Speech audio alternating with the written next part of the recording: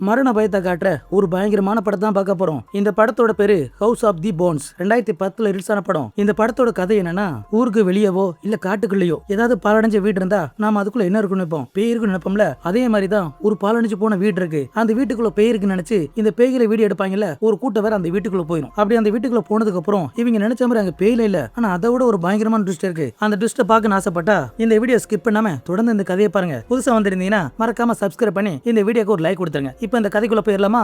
இந்த படத்தோட ஸ்டார்டிங் சீன்ல அமெரிக்கால ஏதோ ஒரு இடத்த காட்டுறாங்க. இப்ப காலகட்டம் பார்த்தா 1980. அந்த இடத்துல பார்த்தா ஒரு 3 பசங்க நின்றுட்டு இருப்பாங்க. குறிப்பா அந்த இடத்துல ஒரு சின்ன பையன் இருப்பான். அவன் கையில ஒரு பால் எடுத்து வந்து அவங்கள்ட்ட காட்டிட்டு இருப்பான். இது என்னோட அப்பா பால், அவருக்கு தெரியாம நான் கொண்டு வந்துட்டேன் அப்படி இப்படின்னு சொல்லிட்டு இருப்பான். அப்ப அந்த 2 பசங்க அந்த பந்தை பிடிங்கி இவங்க 2 பேரும் அடிச்சு விளையாடும் போது அது பக்கத்துல அந்த வீட்டுல போய் விழுந்துருது. இவனுக்கு கதற ஆரம்பிச்சிடறான். அப்ப அந்த வீட்டுக்குள்ள போவோம் எடுக்கலாம் பார்த்தா இந்த 2 பசங்களும் வேண்டாம், அது ஒரு பேய் வீடு, நான் வரமாட்டேன்னு அவங்க 2 பேரும் ஓடி போயிறாங்க. ஆனா அந்த சின்ன பையன் அந்த பந்து இல்லாம போனா அப்பா திட்டுவாரு அடிப்பாருன்னு பயந்துகிட்டு அந்த கேட்டுக்கிட்ட வந்துடுறான். எப்படியாவது அந்த பாலை எடுக்கணும்னு இவன் அந்த கேட்டை தாண்டி உள்ள வந்துடுறான். அப்ப அந்த பாலை தேடிக்கிட்டு உள்ள வரும்போதான் ஏகப்பட்ட பொம்மையெல்லாம் கிடக்கும். இதெல்லாம் பார்த்துட்டு முன்னாடி பார்த்தா அந்த வீட்டோட வாசல் அந்த பால் இருக்கும். இவன் எடுக்கலான்னு பக்கத்துல போய் பார்த்தா அது வேற கதவை திறந்து அந்த பால் வேற உள்ள போயிட்டு இருக்கும். என்னடா கதவு தானா திறக்குதுன்னு இதை பார்த்து பயந்துகிட்டு இவன் ஒரே ஓட்டமா ஓடனா திரும்ப அந்த வாசல் நினைப்பான். அப்ப மறுபடியும் அதே வாசல்ல தான். அப்ப முன்னாடி இருக்க அந்த கதவு கிட்டே வந்துடானா, சரி பால் பக்கத்துல தானே இருக்கு, அதை எடுத்துலாம் இவன் எடுத்து நிக்க. அப்ப அந்த வீட்டுக்குள்ள ஏதோ ஒண்ணு இந்த பையனை தரத்தனை எடுத்துட்டு போகுது. இவனுக்கு கதறிட்டு இருக்க. அதோட அந்த படத்துல டைட்டில போட்டு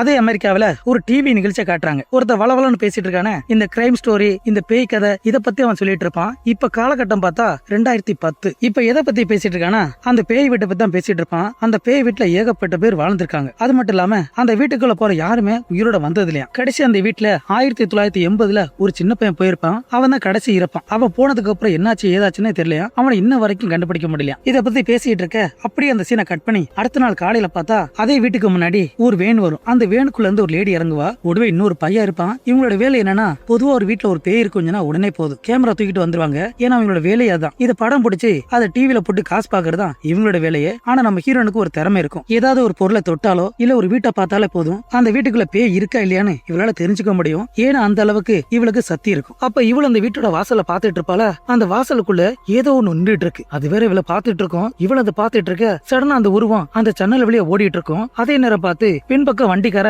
ஹார்ன் அடிக்குமே. இவ ரொம்ப பயந்து போயிரா. திரும்பி பார்த்தா 2 பேர் வருவாங்க. அதுல ஒருத்தனுக்கு தலையில முடி கம்மியா இருக்க, அவன் தான் இங்க மொத்த பேருக்கும் பாசு. பக்கத்துல வந்துட்டு இருக்கவன் அவனோட பேர் பப்பு. இன்னைக்குதான் புதுசா வேலைக்கு சேர்ந்திருப்பான். அப்ப அதே காருக்குள்ள ஒருத்த கருப்பா உட்காந்துருக்கான் பாருங்க, இவன் தான் அந்த படத்தோட ஹீரோவே. இவனோட பேரு லூத்தர். அப்ப அந்த வண்டிக்குள்ள துப்பி போட்டிருக்கானே அவன் கேமராமேன். டைரக்டர் யாருப்பா, அதான் முடி தலையில கம்மியா இருக்க, அவர் தான் டைரக்டர். மொத்தம் 6 பேர் வந்திருப்பாங்க. இந்த 6 பேருமே அந்த வீட்டுல நைட்டு வரை தங்கி அதுல ஏதாவது பேய் இருந்தா அதை படம் பிடிக்கலான்னு வந்திருப்பாங்க. இவங்களும் அந்த வீட்டுக்குள்ள வர அப்ப நம்ம ஹீரோன் உள்ள வந்ததுமே அந்த இடத்துல ஒரு பொம்மை இருக்கும். அந்த பொம்மையை கையில எடுத்ததுமே இவளுக்கு ஒரு காட்சி தெரியும். அந்த காட்சியில ஒரு சின்ன பிள்ளைய இந்த பேய் வீடு தான் அந்த சின்ன பிள்ளைய இழுத்துட்டு போயிருக்கும். அந்த பிள்ளை உடம்புல ஒரே ரத்தமா இருக்கும். இவளுக்கு இந்த காட்சி தெரியுமே, இவ ரொம்ப பயந்துட்டு இருப்பா. அப்ப அதே நேரம் உள்ள பார்த்தா ஒரு பெரிய மரம் இருக்கும். அந்த மரத்தோட விழுதுகள்ல ஏதோ கைத்த கட்டி கம்பு கம்பா சின்ன சின்னதா கட்டி போட்டிருப்பாங்க. ஏதோ பில்லி சூனிய நினைக்கிறேன். இது அந்த டைரக்டர் போய் பார்த்துட்டு இருப்பானா, இவனோட பேரு சைமன். அப்ப அதே நேரம் நம்ம ஹீரோ நினைச்சா ஒரு கள்ளச்சாவி எடுத்துட்டு போய் அந்த வீட்டு வாசல்ல வேற திறந்துறான். அப்ப வெளியே பார்த்தா ஒரு லேடி வேற காய்ச்சி பூச்சின்னு கத்திட்டு இருப்பா. இந்த வீடு பேங்குக்கு சொந்தம், நீங்க அதோட அனுமதி இல்லாம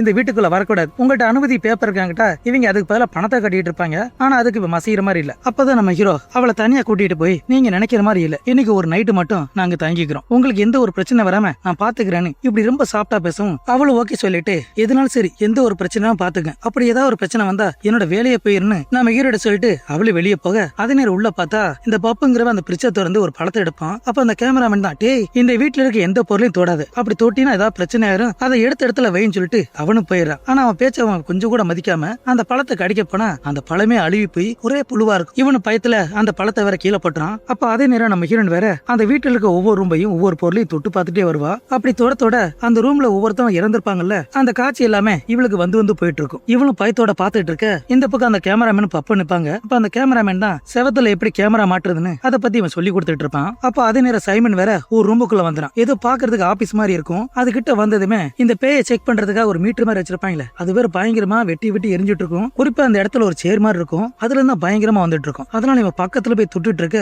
இவனுக்கு பின்னாடி ஏதோ கருப்பு ஆவி மாதிரி வரும். அதே நேரம் பார்த்து நம்ம ஹீரோன் உள்ள வந்ததுமே அந்த ஆவி மறைஞ்சு போயிருது. அப்ப சைமனை பார்த்து, இந்த வீடு முழுக்க கொடூர ஆவிகள் நிறைய சுத்துது, என்னால உணர முடியுது, நாம இருக்கிற ஒவ்வொரு நேரமும் நமக்கு ஆபத்து தான் இவனு இப்படி சொல்லிட்டு இருக்க. ஆனா அந்த பையன் இதை கேட்டு பயப்படாம பார்த்தா சிரிச்ச மணிக்கு இதைத்தான் நான் எதிர்பார்த்தேன்னு இப்படி சொல்லிட்டு அவன் வெளியே போயிடறான். அவன் இவன் போனதுக்கு அப்புறம் இவன் அந்த சேரை தொட்டு பார்த்தா இவளால அது கையை எடுக்க முடியல. அப்ப இவளுக்கு ஒரு பயங்கரமான ஒரு காட்சி வரும். அந்த காட்சியில ஒரு கொடூர அரக்க இருப்பான். அப்ப அவனோட முகத்தை பார்த்தா பாக்குறதுக்கு படு கொடூரமா இருக்கும். தலையில வேற ஒரு தொப்பி போட்டிருப்பான். அப்ப அந்த இடத்துல யாரும் கொல்ற மாதிரி காட்டுவாங்க. இந்த காட்சி நம்ம ஹீரோனுக்கு வருமே, இவளு ரொம்ப பயந்து போக எப்படியோ கஷ்டப்பட்டு அந்த சேர்ல இருந்து இவளோட கையை எடுத்துறா. அப்ப அதே நேரம் இந்த பக்கம் இந்த பப்புங்கிறவன் செவத்துல வேற அந்த கேமரா மாட்டிட்டு இருப்பான். ஏதோ மேல பிரஸ் பண்ணா அது செவத்துல மாட்டும் போல. அப்படி பண்ணிட்டு இருக்கும் போதே திடீர்னு அந்த செவத்துல இருந்து ரத்தமா இவனோட மூஞ்சில தெரிச்சிடும். என்னடா ஏதோ தெரிக்குதுன்னு இவன் வித்து பாக்க, அப்ப அந்த செவத்துக்கு பின்னாடி ஏதோ ஒண்ணு இவனோட கையை வேற கடிச்சிருது. இவனு வழியில கத்த, இவன் சத்தத்தை கேட்டதுமே நம்ம ஹீரோவரை ஓடி வந்து என்னாச்சு ஏதாச்சும் கேட்பான். அப்ப அந்த பப்புங்கிறவனும் கையில அடிப்பட்டதை சொல்லுமே, சரி சரி நான் இந்த வேலையை நான் பாத்துக்கிறேன் நீ போன்னு சொல்லி நம்ம ஹீரோ அனுப்பி வச்சிடறான். இவன் போனதுக்கு அப்புறம் அந்த உடஞ்சு போன செவத்தை பார்த்தா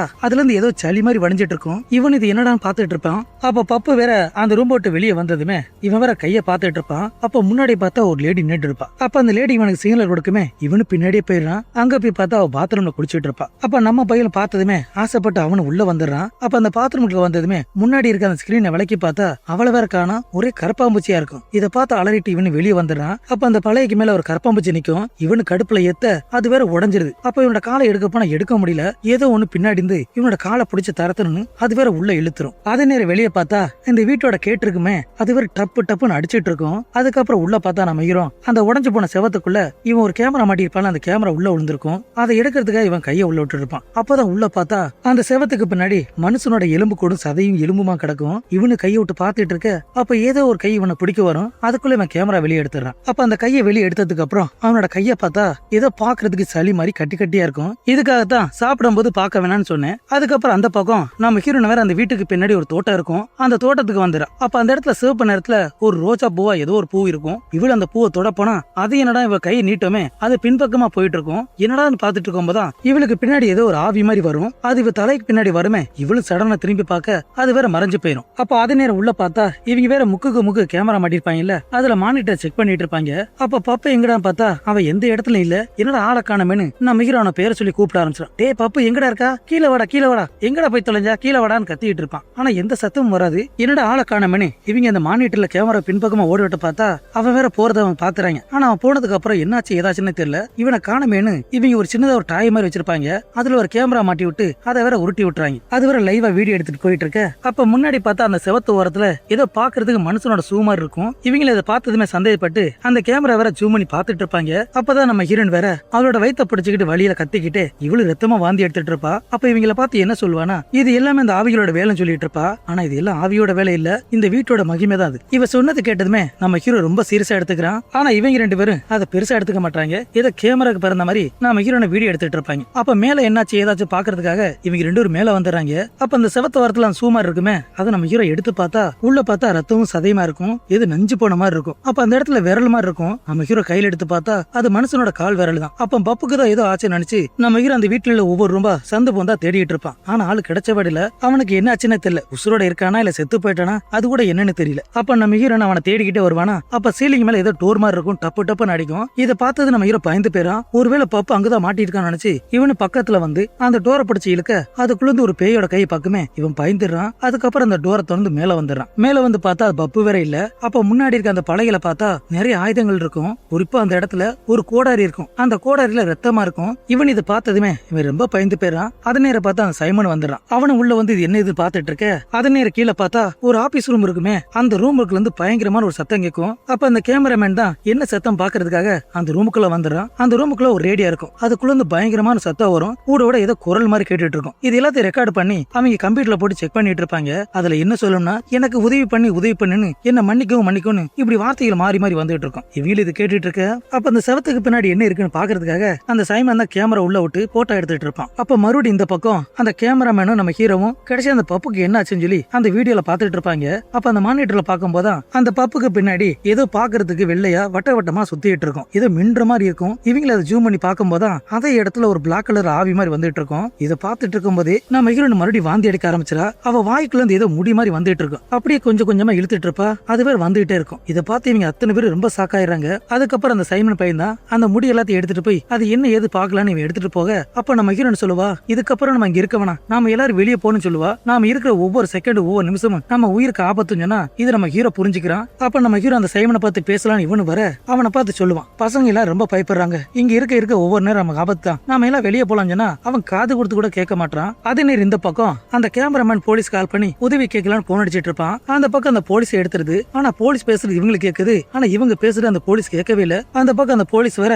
ஹலோ சொல்லுங்க சொல்லுன்னு கத்திட்டு இருப்பா. அடைச்ச டவர் கிடைக்கலன்னு இவனு கோவத்துல போன வச்சிடறான். அப்ப திரும்பி பார்த்தா அந்த டிவில அந்த சைம பை வேற படு கொடூரமா யாரை கொல்ற மாதிரியும் இவனுக்கு ஒத்த கண்ணு போயும் நான் மிக யாரை பார்த்து சுடுற மாதிரியும் இந்த மாதிரி ஒரு காட்சி தெரியும். இவன் இதை பார்த்து ஆச்சரியப்பட்டு இருக்க. அது நேரம் வெளியே பார்த்தா அந்த கேட்டுக்கு வெளியே ஒரு போலீஸ் வந்துடுறான். அப்ப இவன் அந்த வீட்டை பார்த்துட்டு இருக்கும் போதான் வீட்டோட அந்த ஜன்னல் வழியா ஒரு லேடி வேற கதறிட்டு இருப்பா. இதை பார்த்துமே அவளை காப்பாத்துறதுக்காக இவனு வண்டி விட்டு இறங்கி ஒரு கண்ணை எடுத்துக்கிட்டு அந்த கேட்டை பிடிச்சு கொஞ்சம் கொஞ்சமா மேலே ஏறி வருவான். அப்ப அந்த கேட்டோட மேல் பக்கம் 3 ஈட்டி மாதிரி இருக்கும். அந்த ஈட்டி சடனா இவனு நெஞ்சில பாஞ்சிருது. அப்படியே வாயில இருந்து ரத்தம் மாற இவனு செத்து போயிடறான். ஏன்னா முன்னாடி அந்த ஜன்னல் வழியா கூப்பிட்டது அது மனுஷன் கிடையாது, அது ஒரு பேய். அது தெரியாம இவன் அந்த கேட்டு வழியா வர அவனை வேற சாவடிச்சிருது. அதுக்கப்புறம் பார்த்தா நைட்டு ஆயிருது. அப்ப அந்த போலீஸ்கார செத்து போனால அவனோட உடம்ப அந்த வீட்டோட நிலைமை ஒரு குழி மாதிரி ரெடி பண்ணி அவனை வர உள்ள இழுத்துரும். அப்ப அந்த காரை அடையாளமா தெரிஞ்சிடக்கூடாதுன்னு அந்த காரை ஒரு ஆட்டோமேட்டிக்கா பின்னாடி போக அதே நேரம் பார்த்து படத்தோட ஆரம்பத்துல ஒரு லேடி வந்தாலே அந்த லேடி வேற வந்துடுறா. இவள அந்த கேட்ட திறந்து வீட்டுக்குள்ள வந்துடுறா. அப்ப இவங்க 3 பேருமே அந்த கால் நண்டு பேசிட்டு இருப்பாங்க. இவளை பார்த்தது ரொம்ப சாக்காயிடுறாங்க. அப்ப அவளை பார்த்து நம்ம ஹீரோ கேட்பான்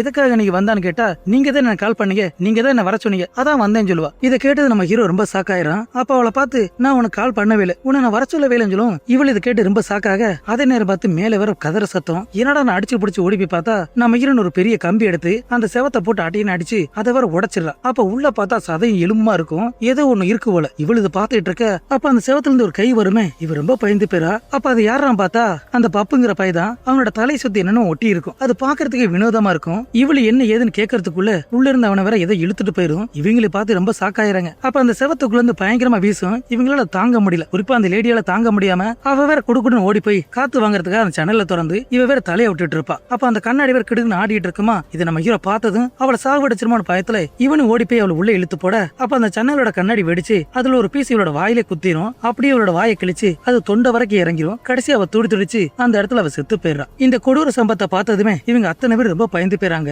அப்ப அந்த கேமராமேன் தான் குடுகுடுன்னு ஓடி போய் கீழே வந்துறான். அப்ப அந்த வீட்டோட கதவை திறந்தா அது வேற திறக்காது. அப்ப அங்கிருந்து ஒரு இரும்பு பெட்டி எடுத்து அந்த ஜன்னலோட கண்ணாடியில வீசுவான். ஆனா உடஞ்ச அந்த இரும்பு பெட்டி வெளியே விழுந்துரும். திரும்ப பார்த்தா அந்த கண்ணாடி உடையாம இருக்கும். இவன் இதை பார்த்தா புரிஞ்சுக்கிறான். அப்ப அந்த பேய் வீடு நம்மளை வெளியே விடாது, நாம எங்கேயே கிடந்து சாகதா போறான்னு இவனு பயத்துல அழுதுட்டு இருப்பான். அப்ப அந்த செத்து போன லேடியை பார்க்க முடியாம சைமன் ஒரு வெள்ளை துணி எடுத்து அந்த பணத்தை வேற மூடி போட்டுறான். கொஞ்ச நேரம் கழிச்சு பார்த்தா அவ உடம்புல இருந்து வரக்கூடிய அந்த ரத்தத்தை எல்லாத்தையுமே அந்த வீடு வேற உறிஞ்சு உறிஞ்சு குடிச்சிட்டு இருக்கும். இந்த வீடு அந்த ரத்தத்தை குடிக்க குடிக்க அதுவே அதை சரி பண்ணிக்கிட்டு இருக்கும். இதை சைமன் நம்ம ஹீரோனை பார்த்து ரொம்ப ஆச்சரியப்பட்டு இருப்பாங்க. அப்ப என்ன நடக்குங்கிறத இவங்க ஓரளவுக்கு புரிஞ்சுக்கிறாங்க. ஏன்னா மனிதனோட ரத்தமும் சதிதான் இதுக்கு உணவுங்கிறத புரிஞ்சுக்கிறாங்க. அப்ப நம்ம ஹீரோ சொல்லுவான் இந்த வீட்டை பத்தி ஏதாவது தெரிஞ்சா நாம தப்பிக்கிறதுக்கு ஏதாவது வழி கிடைக்கும்னு சொல்லுமே. அப்ப அந்த சைம பையன் தான் இந்த வீட்டோட கிறிஸ்டி எடுத்து படிச்சிருப்பான் போல. அப்ப அந்த செவத்துல பார்த்தா நிறைய போட்டோ இருக்கும். அந்த போட்டோல இருக்க அத்தனை பேருமே இந்த வீட்டோட உரிமையாளர்கள். ஆரம்ப கட்டத்துல இந்த வீட்டுல வாழ்ந்த அத்தனை பேருமே ஒவ்வொருத்தவங்க ஒவ்வொரு துறையை சார்ந்திருக்காங்க. ஒருத்த விவசாயி, இன்னொருத்த மெக்கானிக், இன்னொருத்த தொழில் ஆராய்ச்சி, இப்படி ஒவ்வொரு துறையில ஒவ்வொருத்தர் இருந்திருக்காங்க. அது மட்டும் இல்லாம இந்த வீட்டுல விபச்சாரிகளும் அடிமைகள் நிறைய பேர் வாழ்ந்திருக்காங்க. அப்ப இந்த வீட்டோட கடைசி வாரிசு இருப்பால அவன் ஒரு பெரிய கொலைகாரன் இருந்திருப்பானா,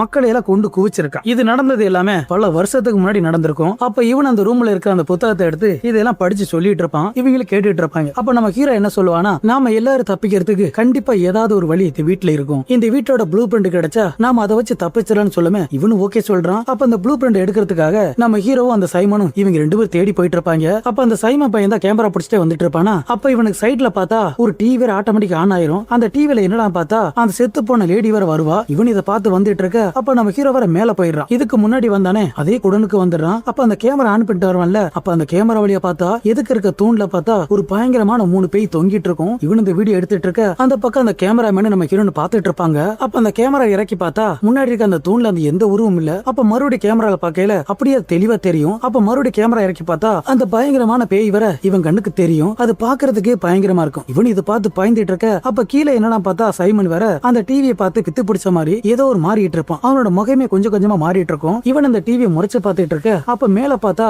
இவன் வேற அந்த பேயை வீடியோ எடுத்துட்டு இருப்பானா. அப்ப சடனா கரண்ட் போயிருது. இவன் மேல ஏறி வந்து அந்த வழி வேற அடைச்சு போயிருது. இவனு ஓடி போய் அதை திறக்கிறதுக்காக முயற்சி பண்ணிட்டு இருப்பான். ஆனா அந்த கதவு கொஞ்சம் கூட திறக்காது. அதே நேரம் கீழே பார்த்தா நம்ம ஹீரோன் தனியா உட்கார்ந்துட்டு இருப்பா. ஏன்னா அந்த கேமராமேன் இந்த வீட்டோட பீஸ் போயிருக்குமா, அது என்ன எது பாக்குறதுக்காக வெளியே போயிருப்பான். அப்ப நம்ம ஹீரோன் மட்டும் தனியா உட்கார்ந்து இருப்பால. சடனா அந்த மானிட்டர் மட்டும் ஆன் ஆயிரும். இவளு என்னடா பார்த்தா அந்த மானிட்டருக்குள்ள இவளே மாதிரி உருவம் தெரியும். அப்ப நம்ம ஹீரோன் இதை பார்த்து ஆச்சரியப்பட்டு அவளும் கை அசைக்க அந்த மானிட்டருக்குள்ள அந்த உருவம் வேற அதே மாதிரி அசைக்குமா. அப்ப சடனா பேயா மாதிரி இவளை அட்டாக் பண்ணமே. இவளும் பயந்து ஓட அந்த வீட்டை விட்டு வெளியே வந்துறா. எப்படா வந்து இவனு முடிச்சிட்டு இருக்க. அப்ப முன்னாடி பார்த்தா ஒரு வீடு இருக்கும். அந்த வீட்டோட வாசல் வேற திறந்திருக்கும். இதை பார்த்து இவ ஆச்சரியப்பட்டு இருக்க. அதே நேரம் மேல பார்த்தா அந்த கம்பத்துல 3 பேய் தொங்கி துவங்கிருக்குமே அதுல ஒரு பேய் இறங்கி வரும். நம்ம ஹீரோ பார்த்து வந்துட்டு இருக்க அப்ப இவனு பயந்து போய் அந்த இடத்த விட்டு இன்னொரு ரூம் இருக்கும், அந்த ரூமுக்குள்ள ஓடி போயிடுறான். அப்ப அந்த இடத்துல ஒரு கண் இருக்கும், அந்த கண்ணை வச்சு அந்த பேயை சுட்டுட்டே இருப்பான். டப்பு டப்புன்னு சுடுமே. இந்த சத்தத்தை கேட்டதுமே சைமன் வேற ரொம்ப நேரமா டிவி பார்த்துட்டு இருப்பான்ல, சடன் அவனு சுயநிலைக்கு வந்துடுறான். அதே மாதிரி இந்த கேமராமேனுக்கும் இந்த துப்பாக்கியோட சத்தம் கேட்டதுமே இவனு அடிச்சு பிடிச்சு உள்ள வந்துடுறான். அப்ப அந்த ஆபீஸ் ரூமுக்குள்ள வந்ததுமே அந்த இடத்துல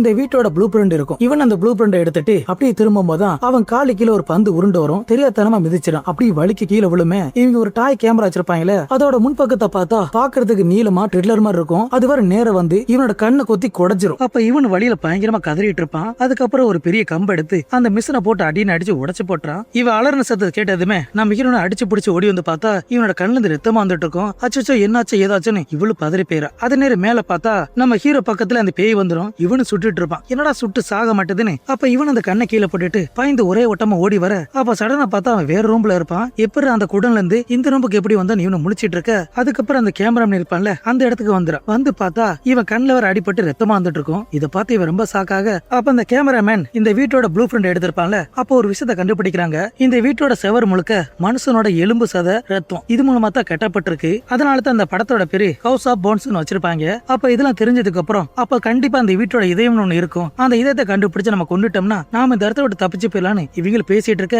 அதே நேரம் பார்த்து வெளியே எவன கதவு தட்டுற சத்தம். என்னடா பார்த்தா படத்தோட ஆரம்பத்தில் ஒருத்தனை காட்டியிருப்பாங்களே இந்த ஸ்டோரி சொல்றவன் அவன் வேற அந்த வீட்டுக்கு வந்துறான். அப்ப நம்ம ஹீரோனை பிடிச்சி திட்ட ஆரம்பிக்கிறான். யோ எதுக்கே இங்க வந்த, நாங்களே இந்த வீட்டை வெளியே போக முடியாது முடிச்சுட்டு இருக்கோம், நீ வேற வந்துட்டியா, சரி வந்தது வந்தா எங்களுக்கு ஒரு உதவி பண்ணு, முன்னாடி இருக்க ஒரு வீடு அந்த வீட்டுல என்ன இருக்கு ஏது இருக்கு பார்த்து சொல்லுமே. இவனு சரி ஓகேன்னு சொல்லிட்டு இருக்க. அப்ப அந்த கேமராமேனோட கண்ணை பார்த்ததுமே இவன் ரொம்ப பயந்து போயிறான். அவனுக்கு என்னாச்சுன்னு கேட்பான். யோ நான் சொன்னது முதல்ல செய்யா, அதுக்கப்புறம் உனக்கு எல்லாத்தையும் சொல்றேன், நான் சொன்னது முதல்ல செய்ய சொல்லுமே. இவன் அந்த வீட்டுக்கிட்ட வந்துறான். அந்த வீட்டுக்கிட்ட வந்து பார்த்தா அந்த வீட்டோட கதவரை போட்டி இருக்கும். அப்ப அந்த ஜன்னல் வழி எட்டு பார்த்தா உள்ள ஏதோ ஒரு சின்னதா ஒரு கிணறு மாதிரி இருக்கும், ஏதோ பாலடைஞ்ச கிணறு மாதிரி இருக்கும். இவன் இதை பார்த்துட்டு இவங்கள்ட்ட சொல்லிட்டு இருக்க. யோ பெருசா ஒண்ணும் இல்லையா, ஏதோ பாலடைஞ்ச கிணறு தான் இருக்குன்னு சொல்லும். இவங்க இதை கேட்டதுமே அந்த வீட்டுக்குள்ள இருக்க அந்த கிணறு தான் இந்த வீட்டோட இதயம் புரிஞ்சுக்கிறாங்க. அப்ப அந்த இதயத்தை கொல்றதுக்காக இவங்க ஒரு பிளான போட்டுட்டு இருப்பாங்க. அப்ப அந்த வீட்டோட சாவி வேணும்ல, அப்ப அந்த வீட்டோட சாவி அங்க இருக்க அந்த மரத்தை தொங்கிட்டு இருக்கும். அந்த சாவியை எடுத்துட்டு வான்னு வெளியே நின்று இருக்க அந்த பையில அனுப்பிக்க இவன் அந்த மரத்துக்கிட்ட வந்ததுமே அந்த விழுதுல வேற அந்த சாவி தொங்கிட்டு இருக்கும். அதை வேற எடுத்துறான். அதே நேரம் வீட்டுக்குள்ள பார்த்தா அந்த இறந்து போன உடம்ப கொண்டு வந்து ஏதோ பாக்குறதுக்கு விஷமா இல்ல பெட்ரோலா என்ன இலவன தேல